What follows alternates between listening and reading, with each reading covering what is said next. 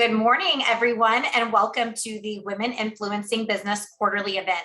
My name is Sarah Beth Stein. I'm the Executive Sales Director for TriNet HR Corporation. It is my distinct privilege to serve as this year's chair of the Chamber's Women Influencing Business Committee.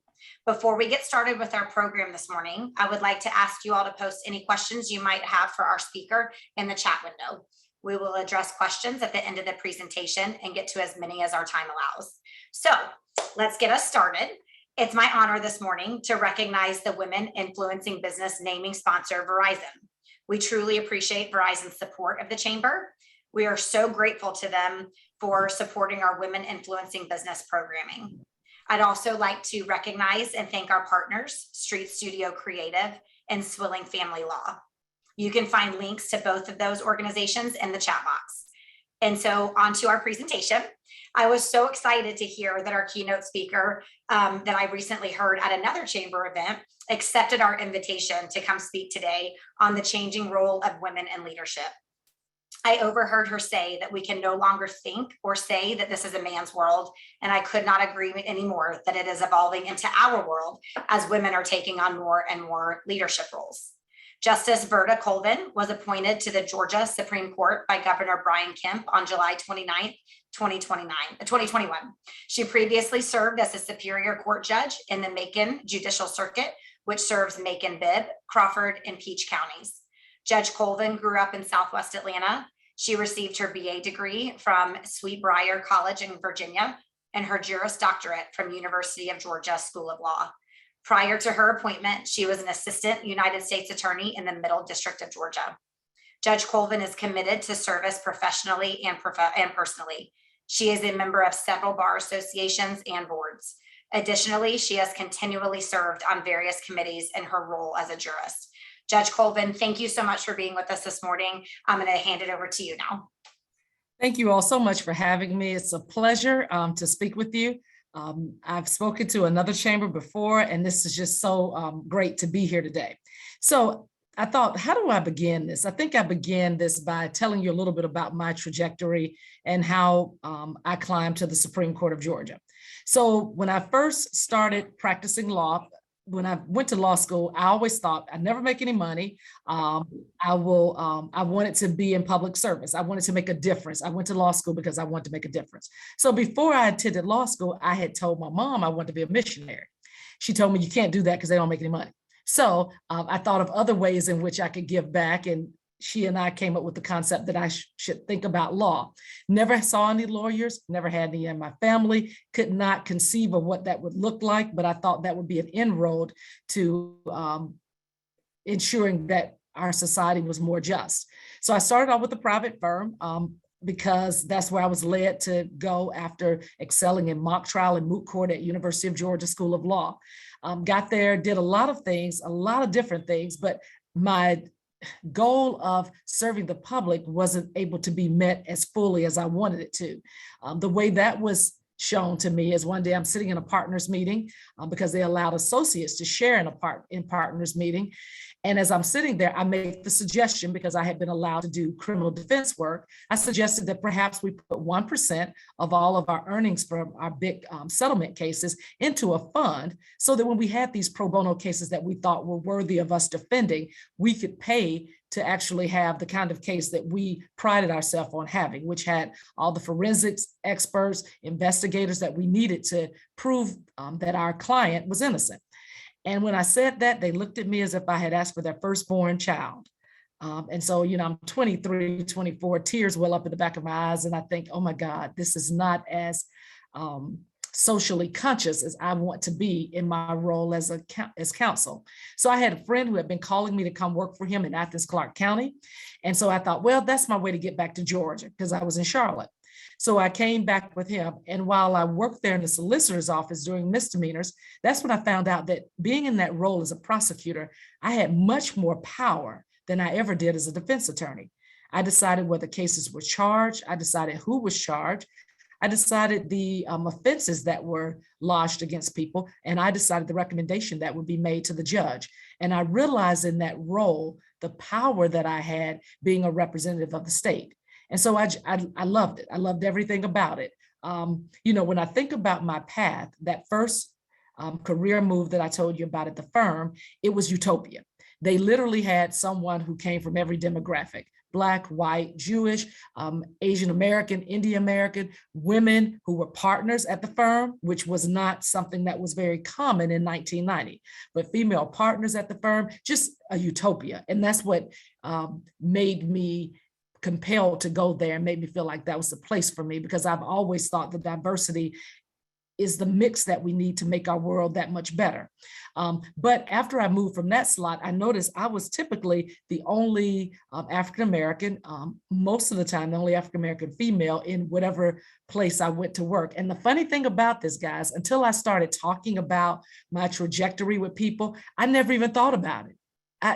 I know that's hard to believe, but one reason why I didn't think about it or dwell on it, because my whole point throughout my career was I just want to be excellent. I want to be on my A game. When I walk into a courtroom, I want the judge to know she's going to be prepared. This is going to be a great case. I can't wait to sit and hear this case. And that was just kind of what I focused on. So I didn't focus on the fact that I was African-American, that I was female, that I was the only one. I just focused on being the best. And so after I left the solicitor's office, I went to work for Clark Atlanta for a little while as the assistant assistant general counsel. That was different. That was probably the first time that in my role, I was made to feel subordinate, like I didn't have as much value as the person who was general counsel. But I think that was more that person's personality and who they were than it was an indictment on the profession itself. And I'll tell you why as I move along. But I worked there only for 8 or 9 months. That tells you a lot. And then I left to go back into prosecution. I went back to the DA's office in Clayton County, which I loved. Bob Keller was the DA at the time, very supportive of people with different ideas, very committed to diversity of thought, of gender, of race.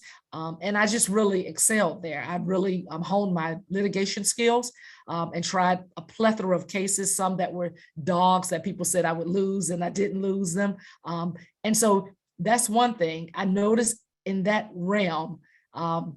People would discount my ability. And maybe that's because I was still young. Maybe that was because I was a woman. Maybe because I was African-American. I don't know. But, they would always say, well, you might not win this or that. And so I'd always prove them wrong. And that was good, because I think 2 things. It showed me my value, and it showed them that people can excel regardless of what package they come in. So I think it helped enlighten a lot of people. So I was there for 3 years before I moved on to the U.S. Attorney's Office. And let me tell you why I moved. I was in year 3, loved everything about state prosecution. I love trying cases. I love like fitting the puzzle together. But then in one day was going to walk a young man who was, he had been practicing longer than me, but he was going to come in making more than me. And I was like, that is not going to work. Number one of my colleagues there, he and I would always vie back and forth for who would become the duty attorney of the month. And that's the person who takes the most intake calls. So when people call in, ask questions, who will take those calls. So he and I always lobbied to get the calls. Also, he and I love trying cases. So we never tried to get a continuance or get out of trying a case. We just announced ready, and we made sure we were ready to excel. And so having somebody come in who was going to make more than me, who I thought wasn't nearly as hard of a worker as me, that just would not work. And I went to my boss, told him, you got to do something, because that can't happen. I can't allow that to happen. I work too hard and my results are too good for that to happen. And he told me at that time, he said, I've expended all the monies I have based upon the chart, because the state has an employment chart, and based upon that chart, that's where he'll be. So at that point I said, well, be on notice, I'm looking.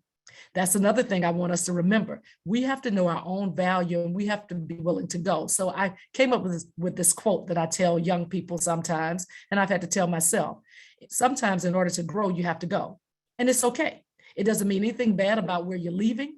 It doesn't mean anything bad about who you are. It just means you want to grow. And I needed to grow financially. I could not continue to excel and have someone come in who was financially going to be higher than I was. So I moved to the U.S. Attorney's Office. I was able to get a slot there. It was like utopia. I interviewed with Beverly Martin, who was the U.S. Attorney.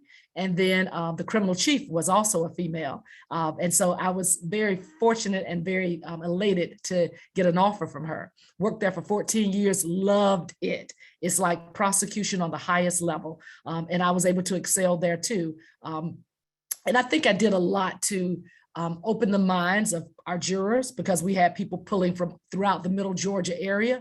And one of the best compliments I got one day, a juror was asked if she knew anybody from the U.S. Attorney's Office. She stood up, she said, "I know Ms. Colvin, I was on one of her juries. If she said it, that's what it is." And so, of course, she was stricken from the jury panel, because that meant she had a favorable view of me outside of my counsel. But that kind of reiterated in my mind that I'm doing what I need to do to be excellent.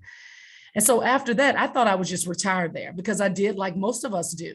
I stopped thinking about what could be my next move. Because, as women, we get so tied up in our personal lives, doing what we're doing and doing it well. And also we look at the landscape and we let that define what we can do. And I will tell you, I did the same thing. But what happened to me is a man who was the U.S. attorney at the time, Michael Moore, he poured into me, and he walked in my office after my female criminal chief said the same thing. She said, "You should consider being on the bench." And I kind of blew her off, because I thought she's just being nice. She said I was the only AUSA who had ever come to her and said, "The government is paying me too much. I need to have more work to do."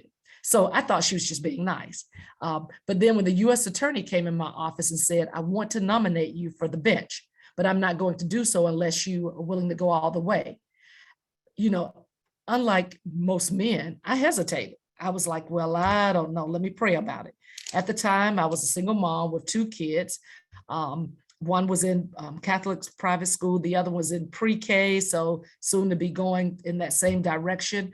And I was 14 years in. I wasn't fully vested. And so I thought, I don't know if I can do this. Leave a sweet gig, but I'm at the top of my game. All of my judges like me. Why would I leave this to go to something that every 4 years I've got to run for office? But then I thought about something I told the kids that I used to teach in Sunday school. You can't have fear and faith at the same place at the same time at the same level. You've always got to choose one. What will prevail? Will it be faith or will it be fear?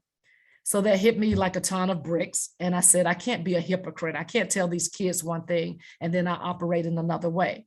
So I went upstairs, told my boss, I'll do this, but I'm only going to do, the minimum, because I'm a person of faith. I believe what God has for me is for me. And so I don't believe I have to do a lot of, patting on backs, kissing the ring, all of that to be where I'm supposed to be. Because I believe if you put yourself in the posture to be available, then he will do the rest. We just have to put ourselves in that posture.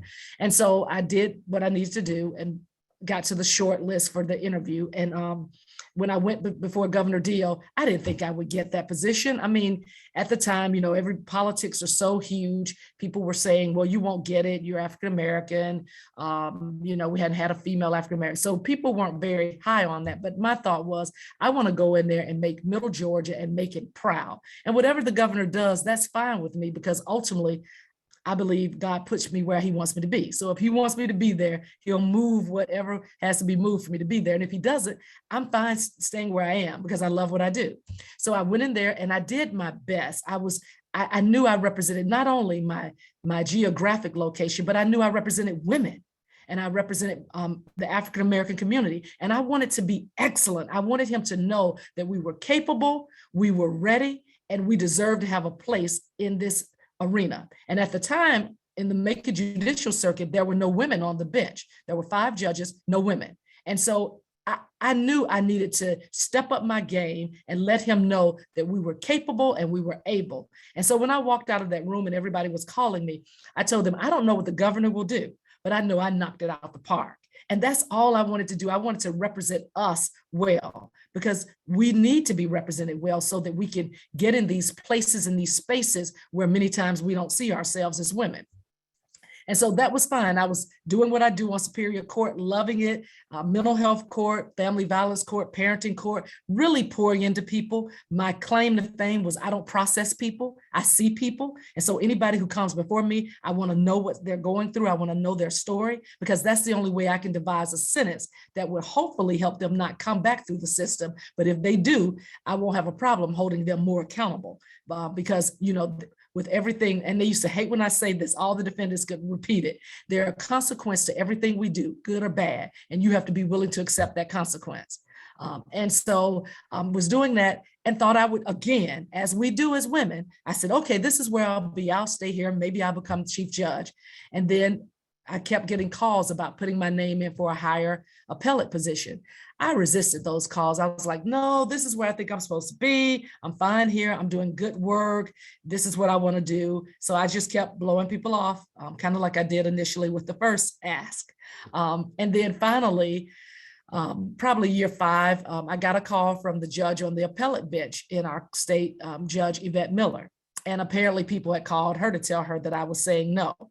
And so she told me, she's a female, African-American female, and she said to me, she did a sister girl talk to me. Look, I know people have been asking you to put your name in for a higher slot and you've been saying no. And she said, I'm telling you, you need to do it. And then she kind of did what I did to myself when I thought about what I told those kids at Sunday school. She said, you say you're a public servant. Well, if you're a public servant, you serve the public. And if your public needs you to serve at a higher level, then that's what you do if you're a public servant. So she called my bluff. And so I was reluctant, but I put my name in and I went before Governor Kemp. I made the short list again and went before Governor Kemp to be interviewed for, at that time, the Supreme Court. And I will tell you all, I have this premise, this idea that there's value to climbing the ladder. So I felt uncomfortable doing that because an intermediate position is the Court of Appeals. Remember what I told you, my thing is being excellent. And my thought is, how can I be excellent if I go from being a trial judge to an appellate judge on the highest level without even knowing what the intermediate court does? I think I need to kind of figure that out before I move to the Supreme Court. Now, I know this way of thinking is novel in our day and age because everybody wants to go to the top like yesterday. They don't care that they're 20 years old, they just want to be at the top. Well, I think there's value to learning the ropes as you climb so that when you get everywhere you go, you can be excellent. So I was very ambivalent about doing this because it was a Supreme Court slot. So I interviewed with Governor Kemp and the interview went well, but I kind of felt like, wrong place, wrong time. So I got a call from his executive counsel, David Dove, and he said, Judge, the governor wants to go in a different way for Supreme Court. He appointed our first Asian American to the Supreme Court, Justice Carla McMillan. But he said he wants to ask if you would accept the Court of Appeals. And of course I would do that.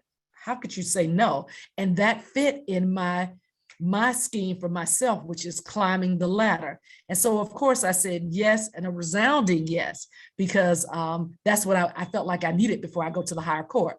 So I served in that capacity for 15 months. And then Justice Harold Melton, our Chief Justice on the court, he was the only African-American serving on the Court of 9. He decided he would go into private practice to make some money. He has 3 kids who were going into college. And so he needed to make more because we are truly public servants. We don't make the money that I think people think we make. And so he needed to go into private practice. And so he was leaving the bench. And I thought at that point, this was the only time that no one ever pushed me to put my name in for a judicial position. I thought to myself when that happened, God, did you set all this up for the purpose of me being willing to step into this role? Because, I just feel like he knows us best and he knows who we are. And I never would have done that on my own without having that background, from trial judge to appellate judge and now the Supreme Court. And so I wanted to make sure we had representation on the court, racial representation. There would be no African-American sitting on that court if I didn't apply. To me, it didn't matter if I was appointed to that position. I just wanted to make sure that Governor Kemp had someone that he could consider. And so my thought is if he didn't consider me, at least that would mean he would consider other people, because that means maybe for some reason he didn't want to elevate me, and that would be fine. But I wanted to make sure I did my part to ensure we had representation. And so I went for the interview with Governor Kemp. It was very conversational this time because I felt like I was supposed to be there. And at the end of the interview, after we talked, he said, well, Judge, I know you already. He said, anything you want to tell me? So I recounted to him how I felt about coming before him the first time and that I was nervous. And I told him, I said, I have no, disregard for any appointments that have been made. But for me, to me, it's valuable to climb the ladder. And at that point, I hadn't climbed every rung of the ladder, and I wanted to do that. I said, but now I have, and I think I'm ready. I said, and then I told him, I said, but when Mr. Dove called me to ask me if I would take the Court of Appeals in my office, I was like, yes, because that's what I wanted. I did not want to go to the highest court. And so he just laughed. And at that point, we became, we gelled. And so he realized I was authentic. I think he was surprised because I guess most people may not show their hand that authentically, but that's just who I am. I feel like we need more of that in the world.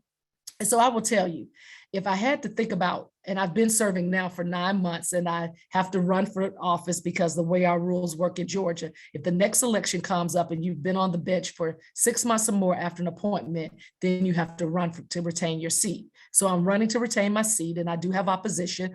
And I will tell you all, had I known that this encompassed having to run statewide like I'm doing, and if I had contemplated that I might have opposition, I probably wouldn't be sitting here now, which I think is a sad commentary, but I'm just going to be honest about how we as women think, because we're thinking, okay, do I have the bandwidth to do this? What about my family? What about the financial part of this? So I'm kind of glad I didn't know, although it is harrowing to do this. But what I've learned through my journey is, these are the things I wrote down that I want to share with you all. Number one, first and foremost, be excellent where you are. If you're excellent where you are, if you're always striving to grow, I think opportunities come to you. I just think they just flow open, because everybody's not trying to do that. Some people are just, trying to make it through the day rather than being excellent and then trying to grow. So we want to be excellent so that we can grow. And then the second thing is, when opportunities come, run them down. Don't just accept them, run them down. And when I think about my life, I think about, how many opportunities did I let go because of my doubt, because of my thought that, okay, I'm not ready, or I haven't done this. And we shouldn't do that. I had to tell a young lady who asked to have lunch with me, and it was sad because she told me she had been in Atlanta for 5 years and no one had ever taken her up on the offer to mentor her. So I apologized to her for our profession, because she was a lawyer. And so when we went to lunch, she said, I want to be a assistant general counsel or general counsel someplace. And I'm like, what are you waiting for? And she was like, well, maybe this, I don't think this. I said, listen to me. When we leave this lunch today, you are going to apply for these positions that you see that you want, because you're ready. What else do you need to do? You need to do it now. Don't wait. And she did that. She went and applied. And guess what? Today, she's a general counsel at a corporation, because somebody like me poured into her. Another woman told her, why are you waiting? No one else would wait. Your counterparts, your male colleagues wouldn't wait. What are you waiting for? And so I didn't have anybody to pour into me like that when I was younger. I had someone to believe in me when a firm didn't accept me as an associate at that firm. And she was a partner at that firm. And now she's a Superior Court judge, Jane Barwick. And she says all the time, I knew I was right. But I didn't have anybody to pour into me like that along the way until I was much further in my career, 14 years in at the U.S. Attorney's Office. But when those opportunities come, take them. Seek the counsel of those people who you see as mentors, but take those opportunities. Third, don't allow fear to take over. I think about all the times, for instance, I was offered a position with the CIA when I first graduated from law school. I think about sometimes what might have happened with my career if I would have taken that, but I didn't take it because I was fearful. Like, they couldn't tell me a lot about what I was doing because everything is top secret. I was going to move to DC. They had a limo come pick me up from the hotel, but all of that was so out of my wheelhouse because I was first generation college student. I mean, I didn't even have lawyers in my family or no lawyers. So who was I to think I could, go to the CIA? But I think about that sometimes. Harvard and Yale asked me to apply to college.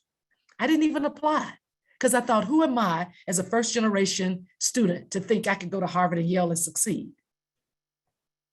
We don't want to do that. And so that's why I'm big about being authentic and telling people my story so that people don't bypass those opportunities that I let go. The other thing is serve. If service is below you, then leadership is beyond you. We have to serve. And I think if I think about the biggest factor to get me here, I was always willing to serve and I wanted to do the grunt work. So when I went to volunteer for organizations and they want to give me this glorified thing to do, even as an attorney. And now as a judge, I'm like, no, I want to do something that's the grunt work. That's what I want to do. I don't want to do the get your face in the paper work. I want to do the grunt work. When you serve, number one, it keeps you striving for excellence. That's number one. Number two, it keeps you humble. And number three, it reminds you that it's no I. It's all about team and all about we. And I think that's attractive to people. I think they see those qualities and it makes them want to elevate you because you have that servant heart. And that's what I say, I put on my tagline on my campaign site, a servant's heart, because that's all I wanted to do. That's all I've ever wanted to do was serve. I didn't ask for a position. Like I tell people, this job is what I do, but it's not who I am. Who I am is a servant. So I have become a prisoner to yes. Just like I'm here today, when people ask me to do something, to go someplace, to do something, to speak, to show up, to just have a presence there, if I don't have anything on my calendar from my family, if it's not something I have to do, if my calendar is free, my answer is yes, because I feel like that's why I was born. So you might not go to that extent because I know my family think I'm just kind of crazy with my prisoner to yes, but we ought to all want to serve and find something outside of what you do to serve in. That really shows your heart for service. And you never know the people you meet when you serve that can catapult you to other positions. And I will be honest with you, in my lowly service that I did while I was at the U.S. Attorney's Office, that's where I met someone who I didn't even realize who he was. He's a major shaker in our community. He's a part of the, how can I say this, establishment. And he moves in circles that nobody knows about, but he moves. And everything he's ever told me about my career, he's been on point. So I have to think he's behind some of these things that have happened to me and for me. So just service is so important. So that's what I wanted to share with you all. And I can share more. Well, I'm going to share this before we go to questions because I'm looking at the time. So I have time to share. So let me share this. The reason why, even though I'm in the judiciary, we share a common thing. We're in this professional setting, business setting, where we have not been the leaders in these settings. And I like to say this, as a result of me being appointed to the Supreme Court, and even though Governor Kemp and I will talk sometimes, I've never told him this. I don't know if he realizes this because he hasn't touted this. This is the first time we've ever had 4 female justices on the Supreme Court of Georgia. That's huge. We've got 9 justices and 4 of them are women. Guys, that's huge. I guess that's almost 50% if you could divide a person. So, I'm proud of our state for that. But I want to share something with you. I did some research, and I always do this when I speak to people because I think it's important for me to invest in the audience. And so I know most of you all are in businesses. And it said that in 2002, only 7% of the female CEOs of the top 500 grossing businesses were women. In 2021, there were 41 who were women. In 2022, March of this year, there are 74. But still, that's only 15% of the top 500 highest gross companies. 15%. We've got work to do. We have to say yes to opportunities. We have to push fear to the background and move out in faith. We have to make room for other women, and we have to clap for women even as while we wait our turn. We have to do that as women. Clap for women as we wait our turn, because nothing that is meant for you will get by you. Nothing. And so we have to be happy for others as they advance, because as they advance, we can advance, and our daughters and our nieces and those who will come beyond them will advance. And so what's even sadder, when you look at Fortune 1000 companies, only 4.2% are CEOs. 4.2%. In the United States of America, we constitute 50.4% or 50.6% of individuals in our country. So that means we outnumber men. The number is 167.23 million females to 162.26 males. We need to be further along than we are. And I know that still they hold the economic power within our country. But when you hold the numbers, that can move the economy, but it won't move it unless we move into those spaces. And we have to be bold in doing that, not where we're obnoxious, because we still have to deal with them, but where we can graciously move in those spaces and show our value. We have to be willing to do that. So I want to suggest that we all do more to not wait till people come to us, because I think about that now. And I feel so bad that people had to come to me to move into what was obvious to me was my calling, especially dealing with people, talking to people, and being on the Supreme Court now. My work is what I do as a jurist, but what I'm doing now is my joy. Empowering, encouraging, inspiring, and sharing my story with others. That's my joy. That's how I get the inspiration to do the grunt work of the court.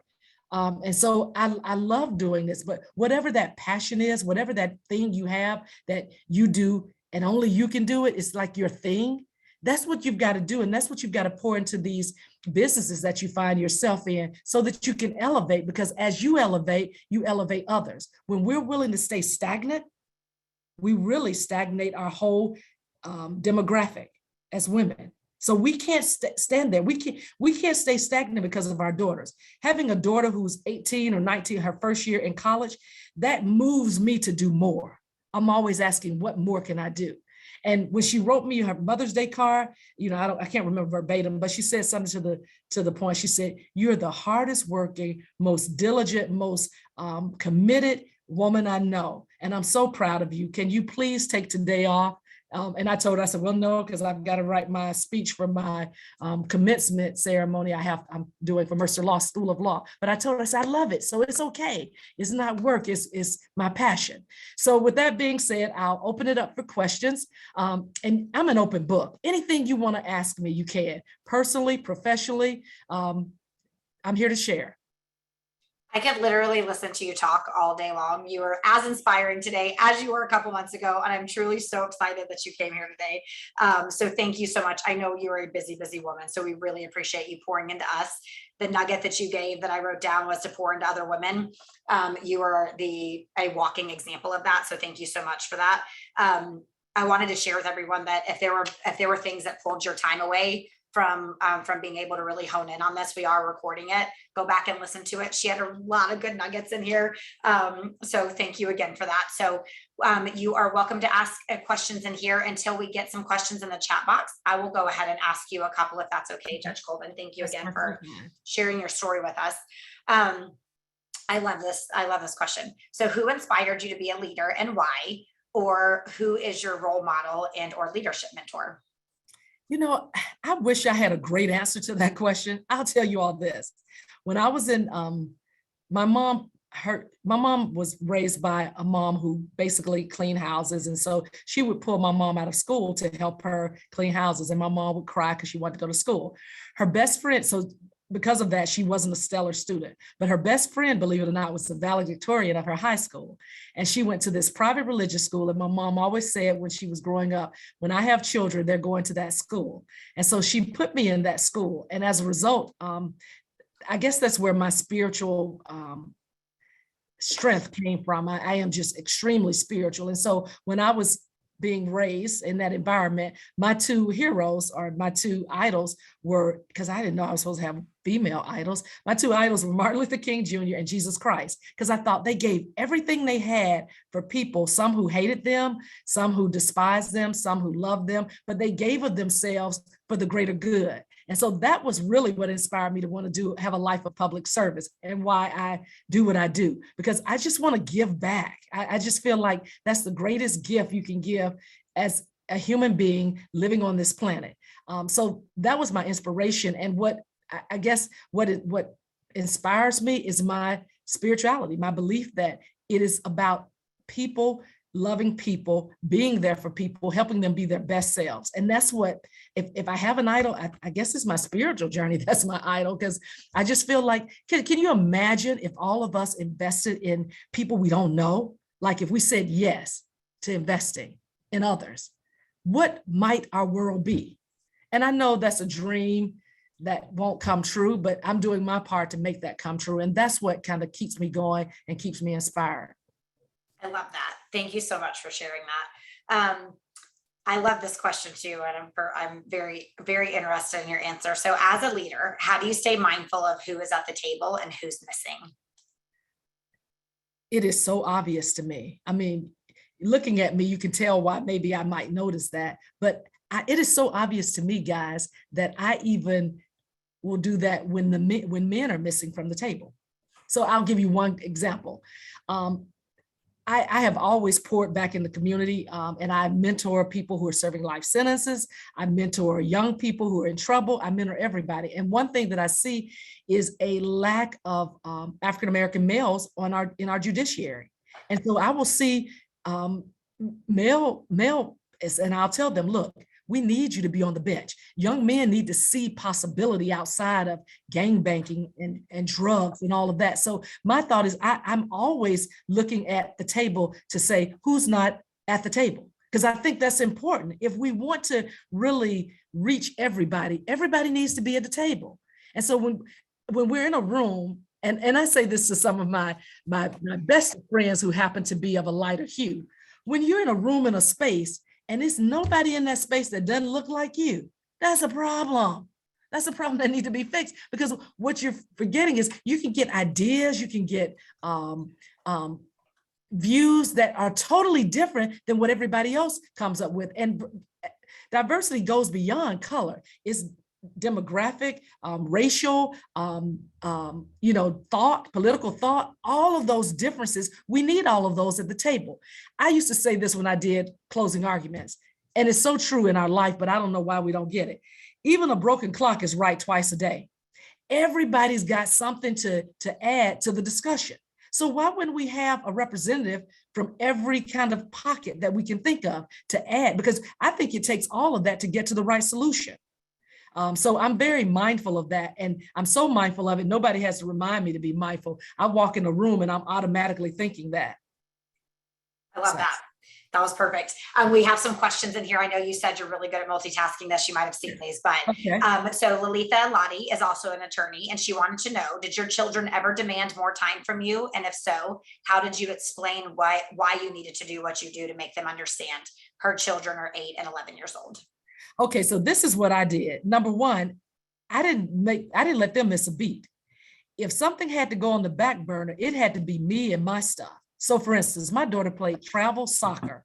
Any of you all who have kids who are in athletics or do travel ball, you know what that means. Every weekend, we were in a different state, different place. We had to spend the night. And so what would I do? After the game, when we're at the hotel chilling out, after we've talked about the game and she's resting, then I'm doing my work.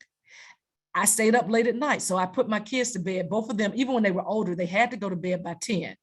Once they go to bed, that's when I start working. When my son was old enough that he could be at home and I wouldn't get in trouble for going back to work, I say, okay, son, I'm going back to work. I'll be home in 2 hours. Call me. Here's your cell phone right by the nightstand. Call me. So I would literally go back to the office and work and come back home late at night, like 1 or 2 o'clock in the morning, get up the next morning and start my day. My thought was my children weren't going to miss a beat. And remember, I was a single mom during the bulk of their upbringing. So my thought is they're not going to miss a beat.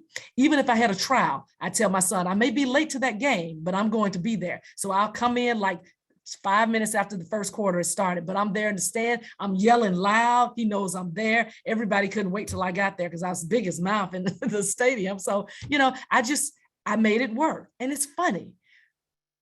This is what has been true for me. When you open yourself up to trying to be excellent in every arena, God will work it out where you can do what you need to do and still be good at what you do. And I have to give it to him because there's nothing else that makes sense. Like, to be able to come home and get a closing or opening argument ready, to get my trial ready, to work till 2 o'clock in the morning, go home, go to sleep, get up at 6 so the kids can get ready and I take them to school and just keep going and still be successful at the end of the day. I just believe if you make it a point to try to be excellent in every arena, then things will open up where you can do what you need to do. And then if you're lucky enough to have or blessed enough to have a partner, make them do their part, make them do their part, because, no man is an island and kids need to know their dads can be there too. Geez. Can we just record that one too? Let's just make that its own snippet. I love that. Thank you for sharing that. So we have a question that you have mentioned that there have been people who have doubted you and told you what you would not be able to accomplish. What is your best strategy for standing in the face of adversity? Prove them wrong. Like, I can't stand when people tell me what I can't do. They don't know me. And I love it. I loved when people would underestimate me, because think about it. When people underestimate you, it's easy for you to knock it out the park because they don't expect you to be able to do it anyway. So anything you do that's positive is great. It's grandstanding. Everybody thinks it's perfect. And so my thought is that's how you do it. I see a question that came in about how best to pour into the women we find ourselves supporting. Just remind them that they can. We need to remind each other that we can, and tell them, I've got your back, because real queens fix each other's crowns. And so when we see one of us faltering, we need to say, girl, what's going on? You normally on it. So how can I help you? What can I do to help you succeed? Because the thought is, if she succeeds, she'll help you succeed. And it just goes on and on and on, because we have to be each other's cavalry. No one's coming to save us. Think about it. Right. If men were coming to save us, to help us be equilibrium, like 50-50, don't you think it would have happened by now? We've had the right to vote since 1920. So the only people coming to save us is us. So we have to be there for each other, and we have to be there with all demographics, women of color. We've got to be there to make sure all of us are sitting at the table, because at the end of the day, it's going to take all of us to catapult us to where we want to be. I also wrote this statistic down. There are 27 heads of states that are ran by women, 27 countries. We hadn't been one of them. Sweden, Bangladesh, Greece, New Zealand, Tanzania, Hong Kong, Ethiopia. Are we fixing each other's crowns? Are we clapping while we wait our turn? Sometimes we have to ask ourselves why our numbers aren't higher than what they are. When we get in those positions, are we pulling others up? We have an obligation to do so. You are 100% right on that. Although I'm not convinced by your answer a couple of questions ago that you actually do sleep at night. The question that I do have is, with all that you do, how do you avoid burnout or burning the candle at both ends? You're right. And right now I am kind of burning the candle at both ends, because I'm having to campaign throughout the state, and I'm having to still do the work of the court. And I will tell you all this, since I've been at the court, I haven't had one day where I haven't worked. The work is that voluminous and that intensive. So, I have to, after campaigning, like tonight when I get home, finally, I've got to do a radio spot at 6. I'm supposed to go to this thing, a tea for somebody at 4:30. I don't know how to get there from Cartersville, and then I have to go online with an organization at 7. I am right now constantly in a state of tiredness, but my spirit keeps me going, because I know the state of Georgia needs excellence on the highest court, and I can't risk someone who's not excellent being on the highest court. And I know that this will end. I know May 24th is coming. So when I'm not campaigning, the way I stop the burnout is some days I'll just say, okay, I'm going to work for this period of time. And then I go to a chiropractor on a regular basis. I get a massage at least once a month. That's something I told them, because I started having so many pains, and I was like, okay, this is crazy. I'm coming every month. And when I say I can't book a time, you make me. And so they helped me do that. They said, okay, we got to book your time before you leave. So I do a massage every month. My husband likes to get pedicures, so I'll go for a pedicure.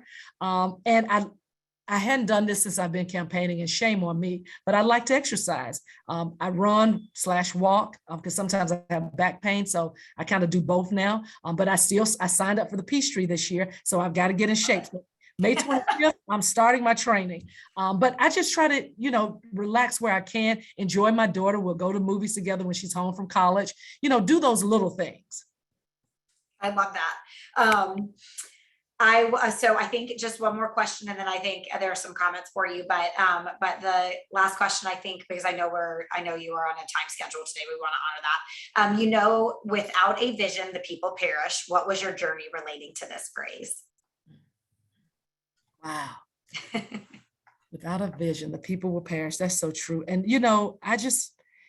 for me, I think all of us have to find out, what are we passionate about? And let me say, I'm glad you asked that question so I can say this. What are we passionate about? And it may not even be something that you do for a living, your 9 to 5, but that thing that you can't do without, that energizes you, that makes you feel like this is your purpose. You've got to do that. You've got to do that. And so for me, the vision, I would perish if I didn't do things like this.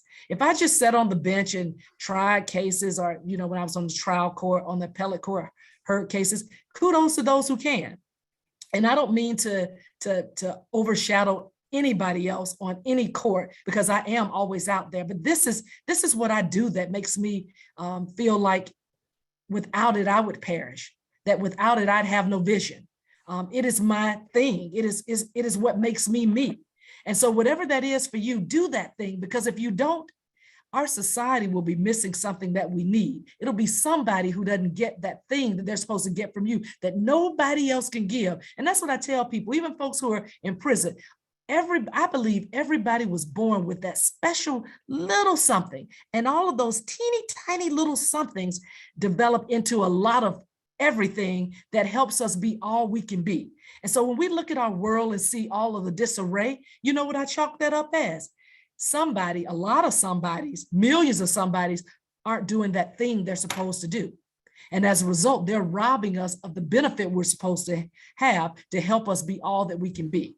So that's the vision, that if we don't exercise whatever that vision is for our lives, we perish. We perish individually, spiritually, within our on the inside, and we perish as a people. So probably not a phrase I should use with a justice, but I lied. I have one more question for you. Go ahead. We have some young professionals in our audience today, so I promise this is our last one. But what advice would you give the next generation of female leaders? You can do this. You can do this. You are capable. There is no one else who's more capable than knocking it out the park than you. But listen, I have got to get you to believe that. I'm taking out my glasses so you see it. It doesn't matter how many times I say it. If it's not down in the core of your soul, it will never happen. And regardless of all the things I've told you about the opportunities I didn't latch on to, despite all the fear I had, the one thing that was constant is I had this belief in me that there was always something more that I was supposed to do. Even before I took the bench, I didn't know what that more was, but I knew there was more. And as a result of knowing that down in my soul, when the opportunities came, even though I was scared, I could go to them because I knew it was more. So I need for you all to know there's always more, and never settle. Do not settle. Keep your dreams, write them down, because I totally forgot. My girlfriend said this was true. I don't remember it to this day, but she said in high school, I said I wanted to be a judge. Have no recollection of that. But assuming she's telling the truth, I forgot that along the way because we discount ourselves. Write down the vision so you can make it plain, you can live it out, and you won't perish. I love that. Thank you so much again for your time today. I hope you will join us again at one of our events. We do 4 of these events every year. So we truly appreciate your time today. And good luck. Don't take me out. I'm trying to write these telephone numbers down that people gave me to reach out to them. Okay.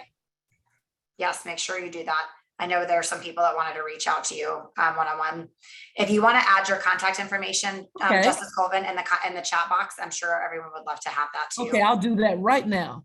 Okay, perfect. Yes. Is there any way you could, well, that's okay. I'll add my information. So if you want to reach out to me, do so with this contact information, and then I promise you we will be talking. Oh, I love that. Thank you for being so accessible to everyone. Thank you again, Judge Colvin. I'm so appreciative you were able to join us. And so next up, and our last thing will be to thank our Chamber's Next Gen Committee for partnering with us on this event, and ask our Next Gen co-chair, Rachel Newcomer with the Summit Counseling Center, to say a few words. And Rachel, I was going to make a joke about and say it was new homeowner since you just moved into your new house. So congratulations on your new house. But if you want to come off mute and talk to the group, would be great.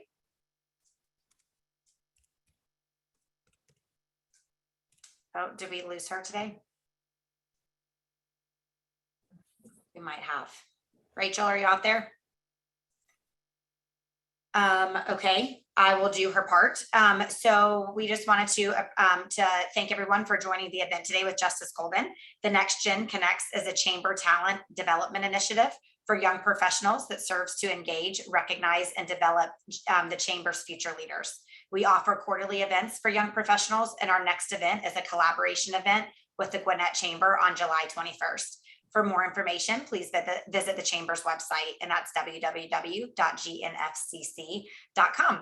So I wanted to thank all of you for joining us this morning. This event was made possible by our sponsors, Verizon, Street Studio Creative, and Swilling Family Law. Please join us on our next Women Influencing Committee event on August 25th, where it's our annual Women in Wine Networking Social. So mark your calendars now and watch for details coming soon. Again, thank you all for joining us today, and we hope to see you again soon. Bye-bye.